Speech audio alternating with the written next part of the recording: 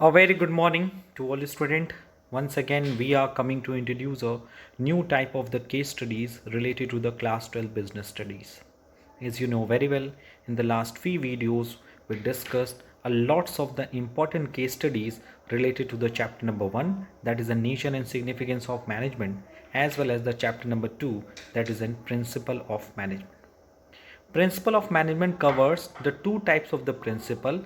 The first one is a fuel principle, 14 principle of management, as well as scientific principle of management, which are given by the F.W. Taylor, as well as few of the important case studies related to the third chapter, that is in business environment. And you know very well, they are basically five dimension of business environment, that is in social environment, political environment, legal environment, technological environment, and social environment.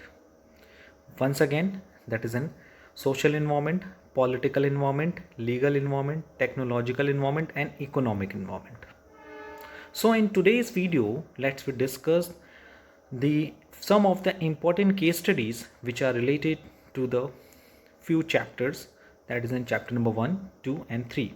And all these questions are asked were asked in the few past previous examination conducted by the CBSE for class 12 business studies. So without creating any delay, let's we discuss, revised and recall all the important case studies related to the class 12 business studies, and all these questions are the very important question from the annual examination point of view, and all the questions are was asked in the few previous board examination. Okay, so let's start the today's video. The question number 3, as per the requirement of Indian taste, food and preference. The number 1 is, which characteristics of management is highlighted in the above statement? Name and explain the dimension of business environment followed by the foreign food chains. यहाँ simple सा दिया है, management creates a dynamic environment, और because you can see that in this question is very clear कि most of the foreign food जो chain जो India में काम कर रहे हैं, उन्होंने अपना मेनू चेंज कर दिया, क्योंकि जो इंडियंस जो कि हमारे यहाँ पीपल्स हैं, जो इंडियन टेट्स हैं, फूड हैबिट्स हैं, उनमें चेंजेस आ गया.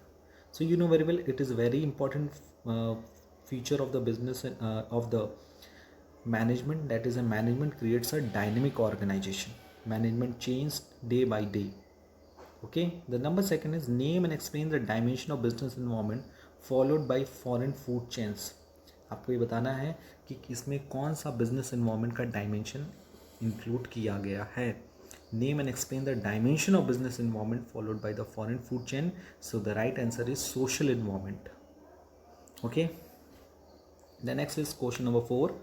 Question number 4 is very important. Mr. Rajat is a managing director in a garment manufacturing company. He believes that each group of activities having the same objective must have one head, one plan. He also believed that employees should be selected and appointed after due and rigorous procedure. And once selected, they should be kept at their post position for a minimum fixed tenure. Mr. Rajat aims at a reconciled personal goal of the employees with the organizational objective for the harmony in the organization. He is of the view of the management cannot be seen, but his presence can be felt in the way an organization functions. इसमें simple से बोला है, name the two principle of management followed by mister Rajat. So it's very clear about it कि उन्होंने सबसे important line यहाँ पे आप लोग को दिख रही होगी, having the same objective must have one head, one plan. He believes that each group of activity having the same objective must have one head, one plan. It means unity of direction.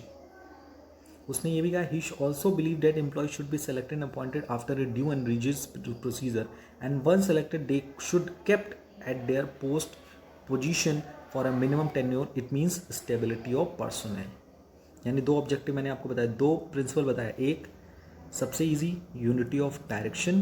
Number 2, unity of direction मतलब one head one plan. And number 2, should be kept at their post and position for a minimum fix tenure. It means stability of personnel. And next question यहाँ पे पूछा है, name the objective, explain the objective of management which mister Rajat is trying to achieve. So it is an very important, that is an personal objective. यहाँ पर simple सी बात की गई है, इसमें लिखा हुआ है ना कि Rajat aims at reconcile personal goal of the employees with the organisational objective for a harmony in the organisation. Mister Rajat जो है वो सिर्फ और सिर्फ ऑर्गेनाइजेशनल ऑब्जेक्टिव पे फोकस नहीं करता, वो ऑर्गेनाइजेशनल ऑब्जेक्टिव की हेल्प से लोगों के पर्सनल गोल को पूरा करने की कोशिश कर रहा है। सो यहाँ पे पर्सनल ऑब्जेक्टिव की बात हुई है। Next, name and explain the characteristics of the management that have been highlighted in the above para. वो लास्ट लाइन में लिखा है, he is of the view that management can be seen but is present can be filled in the way an organisation function. तो management, अगर हम देखें management को view की बात करें तो उसकी प्रेजेंस देखी नहीं जा सकती, जैसे हम देख नहीं सकते मैनेजमेंट को, बट इसकी प्रेजेंस हम फील कर सकते हैं due to the function of organisation that is in planning, organising, staffing, directing and controlling. So it is called management is intangible. Okay, management is an intangible force. So let's we move to the question number 5. The question number 5 is, Ajay has been recently appointed as a production manager of Surya Limited. He decided to stop the production of plastic bags and instead commence the production of jute bags. He assigned a target of around 800 jute bags a day. And the next information, which could not be achieved by the worker could manufacture only 500 bags a day. Mr. Ajay wanted to analyze the reason behind such a deviations. On evaluation, he find out that the worker were not properly motivated towards their work. Hence, he decided to give the following incentive to workers. So you can see that Ajay recently appointed हुआ production manager Surya limited का। उसने decide किया कि वो plastic bag का production बंद करेगा, उसकी जगह वो जूट बैग प्रोड्यूस करेगा। उसने साइन किया around 800 jute bag per day बनाने का, बट जो उसके वर्कर्स जो क्या थे, पूरा 800 जूट बैग्स बनाने के लिए कैपेबल नहीं हुए, अचीव नहीं कर पाए target. And the worker could manufacture only 500 bags, और उन्होंने देखा कि सिर्फ 500 बैग ही एक दिन में बन पा रहे हैं। Mister Ajay wanted to analyse the reason of deviation, और उन्होंने रीज़न को एनालाइज करने की बात की, और ऑन इवेल्युएशन उन्होंने प्रॉपरली देखा कि इवेल्युएशन करके उन्होंने देखा कि जो वर्कर्स काम कर रहे हैं ऑर्गेनाइजेशन में, they are not properly motivated, वो मोटिवेटेड नहीं है अपने गोल की तरफ। So he decided to give the following incentive to worker, और उसके उन्होंने उसको ये सारे इंसेंटिव देने की क्या किया, पहल किया। And the incentives are, the incentive are number 1, installing the award or the certificate for the best performance. उन्होंने best,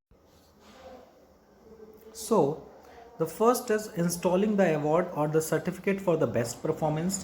Number 2, rewarding the employees for their valuable suggestion. Number 3, congratulating the employee for their good performance. The question is question number 1, identify and explain the function of management mentioned in the above paragraph. So you can see that in the above paragraph we are talking about the very important function of the management, that is in controlling, because you can see that इसमें हम लोगों ने सबसे पहले target assign किया, that is in 800 jute bags of a day. Number second, यहाँ पे हमने मेजरमेंट किया of the actual performance, that is in 500 bags a day.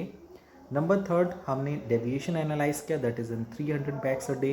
And thereafter उसके रीजंस को एनालाइज किया, which is called the analysis deviation. एंड फिर उसके बाद हम लोगों ने उस डेविएशन को एनालाइज करने के बाद हमने टेकिंग करेक्टिव एक्शन, हमने करेक्टिव एक्शन ये लिए कि जो पीपल्स थे, जो ऑर्गेनाइजेशन में वर्कर थे, they are not properly motivated. So उनको मोटिवेट करने के लिए we provide a sufficient and proper incentive to the workers. Number second, name and type of incentive use by mister Ajay to motivate. इसमें अजय ने कौन कौन सा इंसेंटिव यूज़ किया है। So you can see that उन्होंने सर्टिफिकेट दिया बेस्ट परफॉर्मेंस के लिए एम्प्लॉयज़ को, एम्प्लॉयज़ के वैल्यूएबल सजेशन के लिए उनको रिवॉर्ड दिया, उनको कॉन्ग्रेचुलेट किया। तो बेसिकली यहाँ पर नॉन फाइनेंशियल इंसेंटिव की बात हो रही है, मनी नहीं, नॉन फाइनेंशियल इंसेंटिव की बात हो रही है। Number second, state any 2 financial incentive that can be offer to employ. इस सिचुएशन में कौन से 2 फाइनेंशियल इंसेंटिव है जो एम्प्लॉयज़ को ऑफर किए जा सकते हैं, तो वो है बोनस, अलाउंसेस, परक्यूजिट्स एंड पे। So the right answer of this question is the process which are followed in all the paragraph, that is in directing and controlling. Number second, the incentive which are provided by the employer to his employee, that is a non-financial incentive. And number third, apart from this, employer also provided two financial incentive to their employees for motivating them, that is in pay and allowances and perquisites. The next will be a question number 6. Peter is a production in charge in a factory. He expects his subordinate to obey his order and act according to his command. He uses both punishment as well as the award depending upon the result. He insists on one-way communication whereby only he gives order and instruction to the subordinates. As the worker know that there is no motivation or incentive for communication, they hesitate communicating with Peter. Peter does not encourage workers to develop their plan for improvements. He does not welcome valuable suggestions from the employees. He keeps on bossing around people within the factory. So you can see that question में लिखा है कि Peter एक production in charge है factory में. उन्होंने expect किया कि उनके सबऑर्डिनेट उनके ऑर्डर को फॉलो करें और उनके कमांड को उनके अकॉर्डिंगली फॉलो करें. उन्होंने पनिशमेंट के साथ साथ रिवॉर्ड की भी फैसिलिटी रखी है अकॉर्डिंग टू द रिजल्ट. अगर कोई पर्सन अच्छा करता है तो उसको रिवॉर्ड मिलेगा और अगर ख़राब करता है तो उसको पनिश किया जाएगा.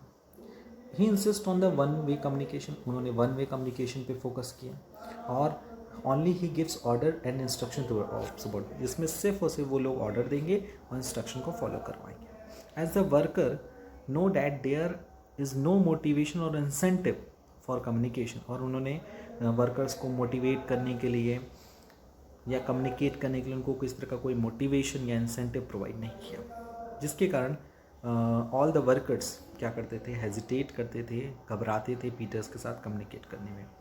Peter does not correct worker to develop their plan for improvement. और पीटर वर्कर्स को उनके प्लान को इम्प्रूव करने के लिए इनकरेज भी नहीं करता था. He does not welcome the valuable suggestion from the employees. यहाँ तक कि पीटर जो था वो एम्प्लॉयज़ के वैल्यूएबल सजेशन के लिए उनको वेलकम भी नहीं करता था. He keeps on bossing around people with in the factory. वो पूरे फैक्ट्री में एक बॉस बन के बस घूमता रहता. आपको ये बताना है, इसमें तो बहुत सारे क्वेश्चंस बन सकते हैं. Name and explain the leadership style followed by the Peter. Peter कौन सी लीडरशिप स्टाइल फॉलो कर रहा है, तो वो है autocratic. Under the autocratic you can see that one way communication होता है.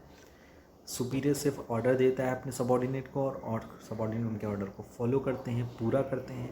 वन वे कम्युनिकेशन रहता है, यानी इसमें सिर्फ और सिर्फ सुपीरियर ऑर्डर देता है, सबऑर्डिनेट काम करके रिजल्ट देता है. Autocratic. Number second, name and explain the principle of management overlook by Peter.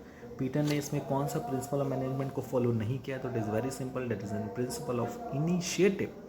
According to the principle of initiative, you know very well there should be a proper coordination between the employer and employee, and employee should motivate to their employer. Employees को अपने employer को properly motivate करना चाहिए for their suggestion. If any employees giving a good idea for the betterment of the company to the employer, so in this situation employer should motivate, welcomes the suggestion and appreciate them for their suggestion. Because suggestion सही हो चाहे गलत हो, but suggestion अगर आपको कोई दे रहा है so it is very important. Especially employee generally अपने ऑर्गेनाइजेशन के लिए सजेशन इसलिए नहीं देता है कि they are fear to loss their job, कि अगर वो सजेशन देगा तो कहीं ऐसा ना हो कि उसके एम्प्लॉयज़ को अच्छा ना लगे, ऐसा ना हो कि उनको ये लगे कि we are not doing any kind of job, हम अपना जॉब नहीं करना चाहते इसलिए हम सजेशन दे रहे हैं. बट अगर कोई आपको बेसिकली अपने एम्प्लॉयज़ को रेडी रखना चाहिए कि they are giving suggestion to the organisation for the betterment of their work. Okay, so next will be the next question is question number 7, that is, an Toco Limited is a two-wheeler manufacturing company which is very popular for its fuel efficient scooters and motorcycles. It means Toco Limited एक two-wheeler manufacturing company है जो बहुत ही popular है कि वो बहुत ही fuel efficient scooties and motorcycle manufacture करती है. Saurabh, the managing director, wants to Saurabh जो उस कंपनी का मैनेजिंग डायरेक्टर है, उसने ये डिसाइड किया कि they want to increase the, yes, question is, they increase the production capacity of the firm due to increased demand in the market. For this he has to obtain, utilize and maintain a satisfactory and satisfied workforce. उसके लिए एक satisfactory and satisfied workforce की ज़रूरत है, यानी workers की ज़रूरत है, एंड डिमांड भी बढ़ रहा है प्रोडक्ट का. For this he identified the requirement of workforce, followed by recruitment, selection and placement, promotion and appraisal of the development of the personnel. इसके लिए उसने क्या किया, सबसे पहले वर्कफोर्स एनालाइज किया, कितने वर्कफोर्स की ज़रूरत है, recruitment, selection, placement, promotion, appraisal, development of personal जैसे लोगों की व्यवस्था की.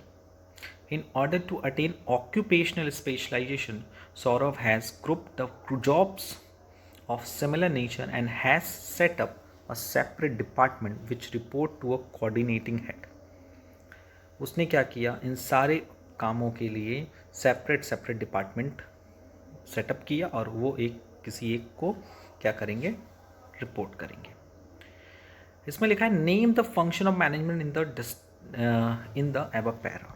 आपको ये बताना है कौन सा फंक्शन ऑफ मैनेजमेंट यहाँ डिस्कस किया गया है. So it is very easy question. And the number second, which type of organization structure is most suitable for TOCO Limited? कौन सा organizational structure suitable है TOCO Limited के लिए?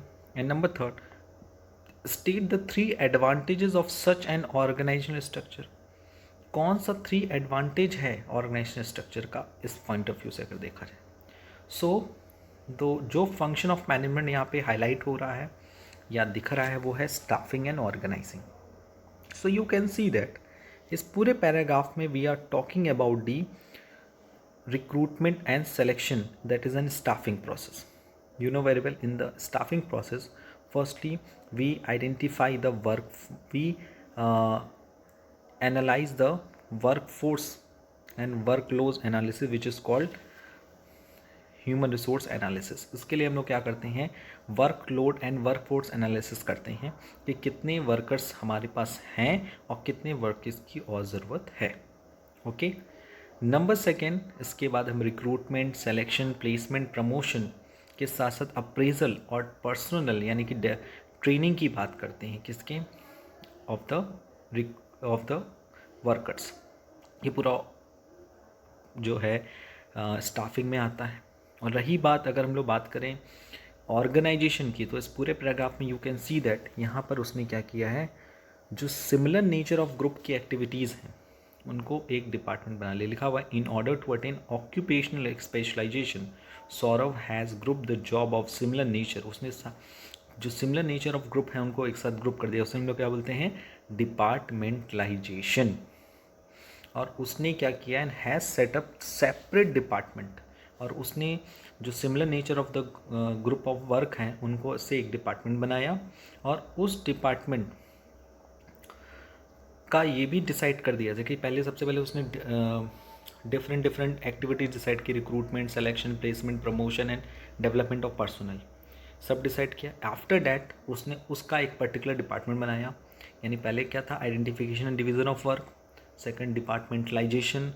थर्ड था असाइनिंग और ड्यूटी, उनको ड्यूटीज़ दिया. फिर उसके बाद इस्टेब्लिशिंग रिपोर्टिंग रिलेशनशिप डेवलप किया. तो ये कौन सा स्ट्रक्चर यहाँ पे डिस्कस कर रहा है, डिविजनल की functional. It is called functional क्योंकि यहाँ फंक्शन के बेसिस पे बांटा गया. और ऑर्गेनाइजिंग तो है. इसके 3 मेन एडवांटेजेस क्या है डिविजनल फंक्शनल स्ट्रक्चर के. तो फंक्शनल स्ट्रक्चर के बेसिस पे हम ऑक्यूपेशनल स्पेशलाइजेशन क्रिएट करते हैं, प्रमोट करते हैं in the organisation that is in control and coordination, और इंक्रीज करते हैं managerial and operational efficiency. Okay. Now we are moving to the question number 8. The question number 8 is one of the very basic function of management involving deciding in advance what to do and how to do. It involves setting objective and developing appropriate course of action to achieve these objectives. It provides a rational approach for achieving predetermined objective. The other managerial function involve implementation of plan by clearing jobs and working relationship. It aims at deploying resources for attainment of identified and desired result. It coordinates human efforts, assembles resources and integrates both into a unified whole. पूरे question में clear लिखा है कि एक management का सबसे basic function है जिसमें हम पहले से एडवांस में डिसाइड करते हैं व्हाट टू डू, क्या करना है, हाउ टू डू, कैसे करना है. इसमें हम ऑब्जेक्टिव सेटिंग करते हैं, डेवलपिंग करते हैं अप्रोप्रिएट कोर्स ऑफ एक्शन यानी कई सारे ऑप्शन डिसाइड करते हैं और रैशनल अप्रोच से उसमें से किसी एक ऑब्जेक्टिव को, किसी एक ऑप्शन को चूज़ करते हैं. फिर उसी ऑप्शन को हम इम्प्लीमेंट करते हैं ताकि हम अपने ऑर्गेनाइजेशन को अचीव कर सकें, अपने गोल को अचीव कर सकें. यही सब पूरी कहानी लिखी हुई है और इस कहानी के बेसिस पे the first question is identify the function of management highlighted in the para. इसमें क्लियरली लिखा है एक चीज़ और, the other manager function involve implementation of plan by carrying job and working relationship. Job and working relationship की बात करें तो यहाँ पर ऑर्गेनाइजिंग का वर्ड आता है और इसमें ये भी लिखा है it aims at deploying resources for attainment of identified and desired result. It coordinate human efforts, assemble resource and integrate both into the unified whole. मतलब यहाँ पर ये बात हो रही है कि जो बेसिक रिसोर्सेज हैं कंपनी के, जैसे human resource, physical resource and financial resource, उनको इंटीग्रेट करना, कोऑर्डिनेट करना, it is a very basic purpose of the organisation that is an organising. ठीक है, तो इस क्वेश्चन में क्लियरली लिखा है कौन सा फंक्शन यहाँ पे अडॉप्ट किया गया है, that is an planning and organising.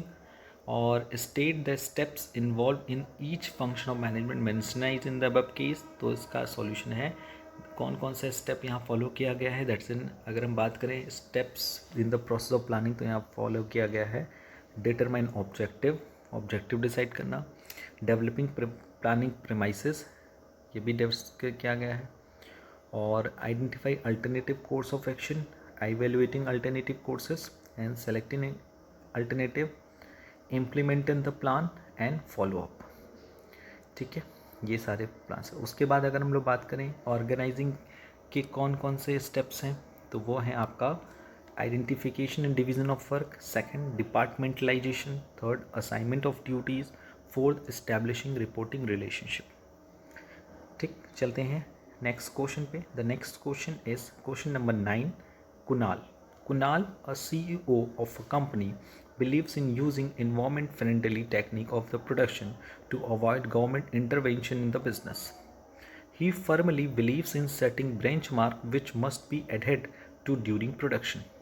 It allows interchangeability and of manufactured parts and products, and to raise the level of quality in material. Kunal, being a CEO of the company, aims to establish a standard of performance of man and machine.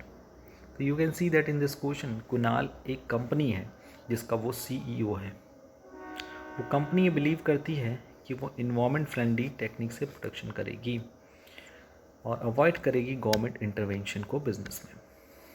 वो believe करती है कि वो benchmark set करेगी और वो कह रहा है इंटरचेंजेबिलिटी करेगी मैन्युफैक्चर पार्ट्स का ताकि जो लेवल ऑफ क्वालिटी है मटेरियल की वो बढ़े.